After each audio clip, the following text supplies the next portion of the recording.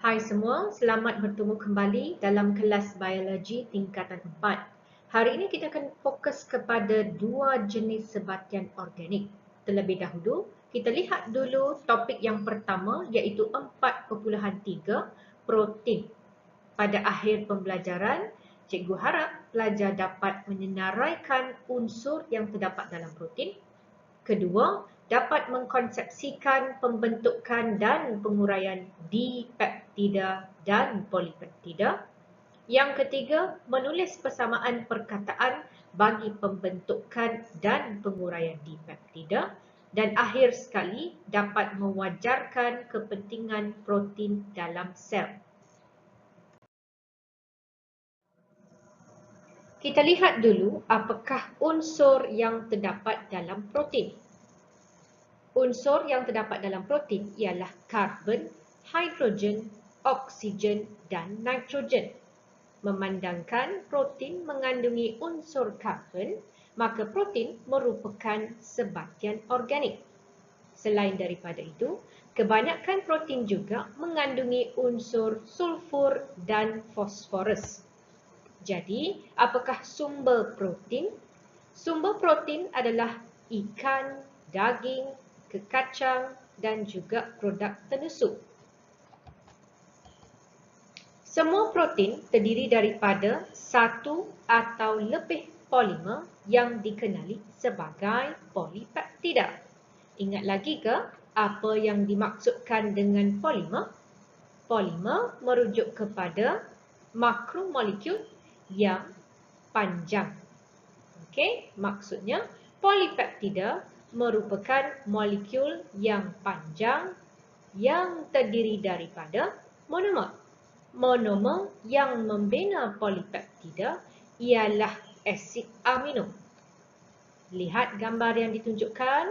Inilah asid amino yang terdiri daripada unsur hidrogen, nitrogen, karbon dan oksigen.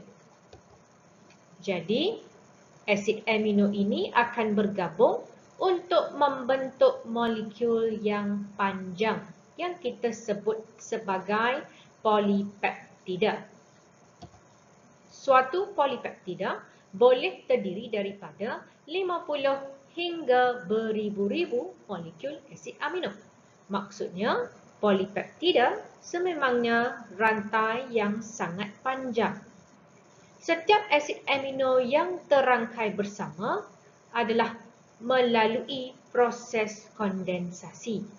Ingat ya, cikgu dah pesan sebelum ini, dua proses utama yang anda perlu ingat bagi topik ini ialah kondensasi dan hidrolisis. Ini merupakan satu lagi gambar untuk menunjukkan bagaimana asid amino akhirnya membentuk protein. Monomer iaitu asid amino akan bergabung melalui proses kondensasi untuk membentuk polipeptida, satu rantai yang panjang yang akhirnya akan membentuk protein. Sekarang kita akan lihat pula dengan lebih terperinci tentang istilah dipeptida dan polipeptida. D bermaksud dua. Masih ingat ke disakarida? Disakarida merupakan karbohidrat yang terdiri daripada dua monosakarida. Jadi, apa yang dimaksudkan dengan dipeptida? Dipeptida merujuk kepada dua molekul asid amino yang dirangkai bersama. Jadi, D bermaksud dua. Memandangkan monomer bagi protein ialah asid amino. Apabila dua asid amino bergabung, maka kita dapat dipeptida. Dan ikatan antara asid amino ini dikenali sebagai ikatan peptida. Prosesnya masih sama, iaitu kondensasi yang melibatkan penyingkiran satu molekul air. Jadi lihat bagaimana proses ini berlaku, di mana ia melibatkan satu asid amino bergabung dengan satu lagi asid amino maka dapatlah dipeptida dan satu molekul air disingkirkan. Ikatan antara dua asid amino, iaitu di tengah ini, merupakan ikatan peptida. Sebab itulah disebut dipeptida, di mana peptida ini merujuk kepada ikatan antara asid amino. Kita lihat pula persamaan perkataan bagi dipeptida, iaitu asid amino tambah asid amino dapatlah dipeptida dan menyingkirkan satu molekul air. Ini merupakan proses kondensasi. Ingat, dipeptida juga boleh diuraikan melalui proses hidrolisis. Hydro bermaksud air, lisis bermaksud pecah. Apabila dipeptida ditambah dengan air, maka ianya akan terurai semula untuk membentuk dua asid amino. Seandainya dipeptida ini bergabung pula dengan lebih banyak asid amino, itulah yang akhirnya akan membentuk polipeptida. Ingat, poli bermaksud banyak. Maka, asid amino yang banyak bergabung akan membentuk polipeptida. Terdapat kira-kira 20 jenis asid amino yang wujud secara semula jadi. Jadi bayangkan berapa banyak molekul polipeptida yang dapat dibentuk daripada 20 jenis asid amino ini. Lebih kurang, alfabet kita yang terdiri daripada 26 huruf. Bermacam-macam perkataan yang boleh dibentuk dengan hanya 26 huruf. Jadi samalah juga di sini, 20 jenis asid amino ini mempunyai urutan yang berbeza. Akhirnya terbentuklah protein yang berbeza. Apa kepentingan protein dalam sel? Jadi, protein diperlukan untuk membina sel-sel baharu, membaiki tisu yang rosak dan juga untuk sintesis enzim, hormon, antibodi dan hemoglobin. Jadi, kalau kita lihat pada sel darah merah, kita semua sedia maklum, sel darah merah berfungsi untuk mengangkut oksigen. Kenapa sel darah merah boleh mengangkut oksigen ke sel-sel badan? Ini adalah disebabkan oleh kehadiran hemoglobin. Hemoglobin sebenarnya merupakan protein. Selain daripada itu, enzim juga merupakan protein. Contohnya, enzim lipase yang berfungsi untuk mencerna lemak merupakan protein. Yang kedua, protein membentuk bahan binaan seperti keratin pada kulit. Jadi, keratin yang dapat pada kulit, rambut maupun kuku merupakan protein. Yang kedua, kolagen pada tulang. Kolagen sama ada pada tulang maupun kulit kita adalah sangat-sangat penting. Jadi kalau kita lihat pada gambar yang ditunjukkan, kekurangan kolagen merupakan salah satu sebab yang menyebabkan wujudnya kedut pada muka. Yang ketiga, ia juga merupakan bahan binaan myosin pada tisu otot. Jadi, semua ahli bina badan sentiasa meningkatkan pengambilan protein sebab protein itu akan digunakan untuk membina otot. Penguraian protein atau polipeptida oleh enzim pencernaan juga memberikan kita tenaga. Dan akhir sekali, asid amino yang dibentuk daripada penguraian protein digunakan semula untuk membina molekul protein yang diperlukan oleh badan. Sekarang kita akan lihat pula topik 4.4 iaitu lipid.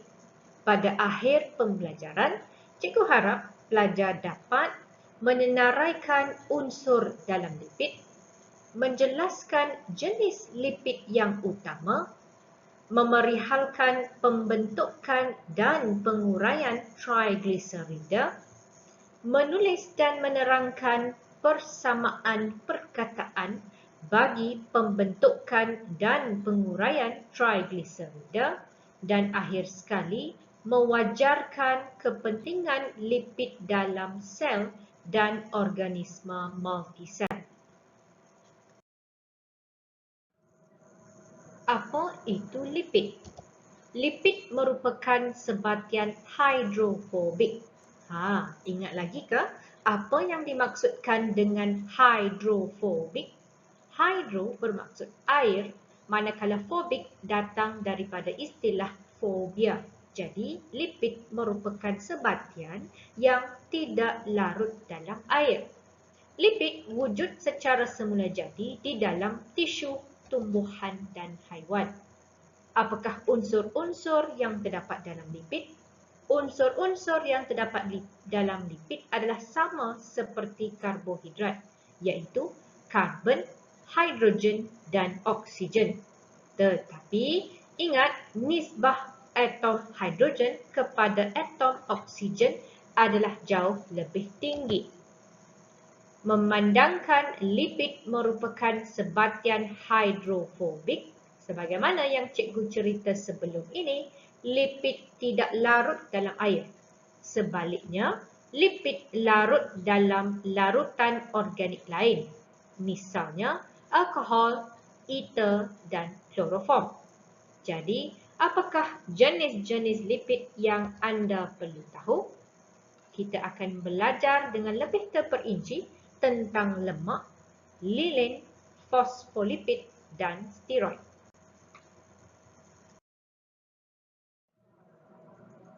Kita lihat dulu tentang lemak dan minyak.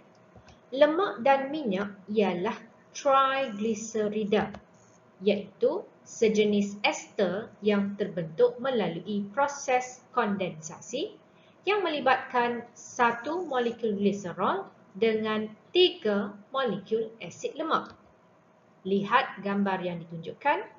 Satu molekul gliserol bergabung dengan 3 molekul asid lemak melalui proses kondensasi bagi membentuk trigliserida. Memandangkan ini proses kondensasi, maka 3 molekul air disingkirkan. Ingat, trigliserida juga boleh diuraikan kembali kepada asid lemak dan gliserol. Prosesnya ialah hidrolisis. Sekali lagi, cikgu ulang, hydro bermaksud air, lisis bermaksud pecah, di mana trigliserida ditambah dengan molekul air untuk membentuk semula asid lemak dan gliserol.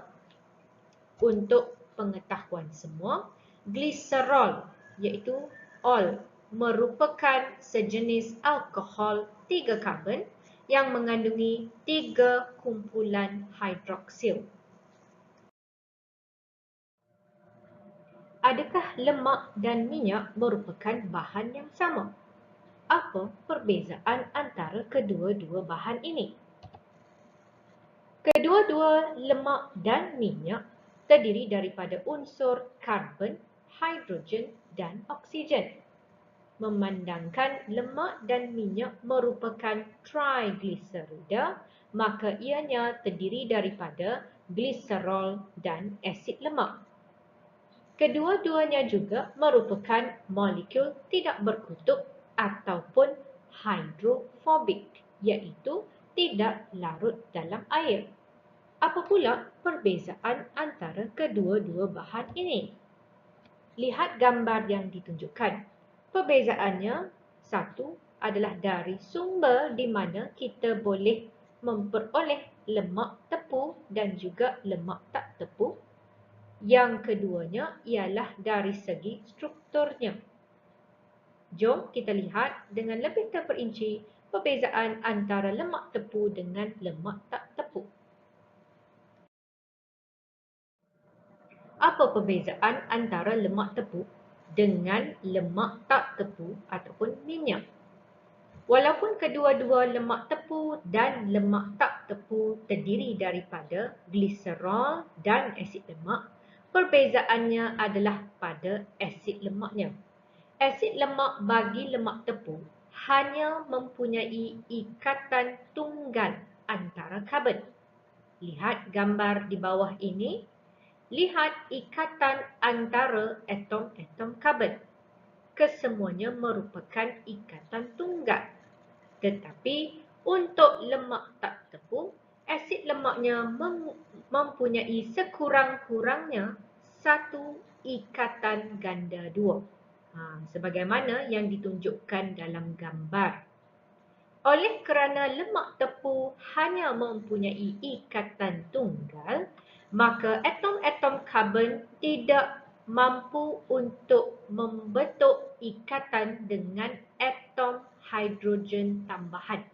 Jadi ini dah maksimum, sudah mencapai keadaan tepu.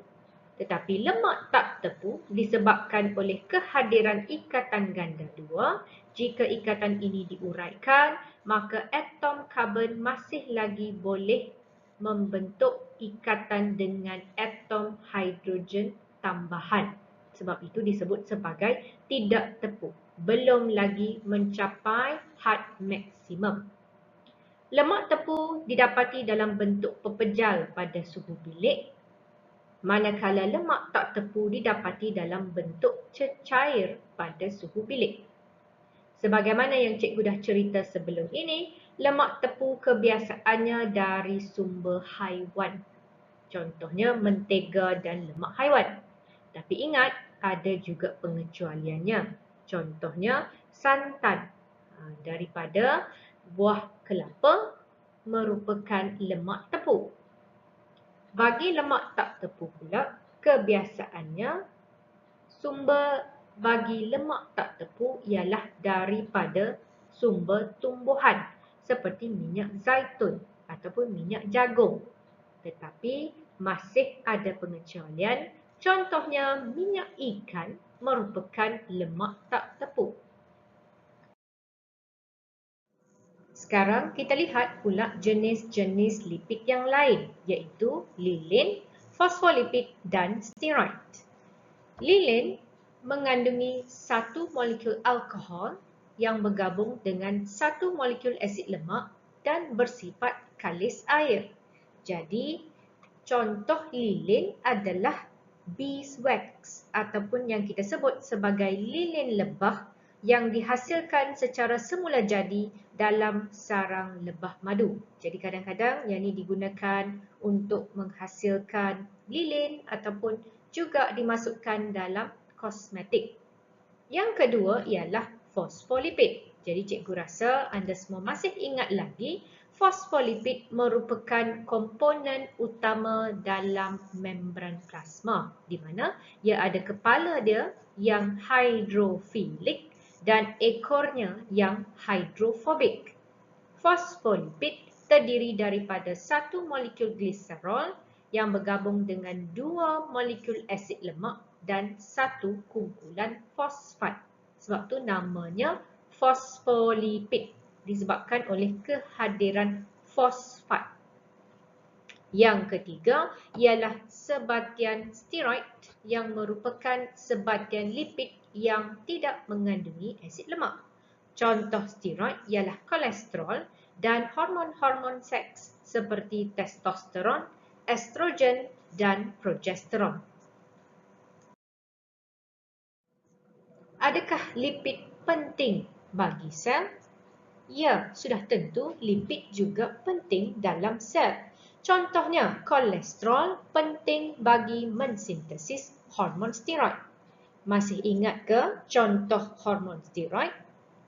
Hormon steroid merujuk kepada hormon seks seperti progesteron, estrogen dan testosteron. Yang kedua, lipid bertindak sebagai pelapik untuk melindungi organ-organ dalaman. Lebih kurang macam cushion. Yang ketiga, Lipid merupakan komponen penting dalam kutikel yang menutupi epidermis. Jadi, kutikel ini sebenarnya mengandungi lapisan lilin. Itu yang menjadikan permukaan daun kalis air. Dan sebum yang dirembeskan oleh kulit kita. Sebum merujuk kepada minyak yang dihasilkan oleh kulit bagi melembapkan kulit kita. Lipid juga bertindak sebagai penebat haba bagi haiwan dan juga manusia. Sebab itulah mereka yang kurus kering cepat rasa sejuk. Glycolipid pula merupakan bahan yang terdapat dalam membran plasma yang penting untuk menstabilkan membran dan juga untuk pengenalpastian sel. Cikgu harap kamu masih ingat glyco merujuk kepada karbohidrat yang bergabung pada fosfolipid, maka terbentuklah glycolipid. Dan akhir sekali, sudah tentu lipid merupakan simpanan tenaga bagi haiwan.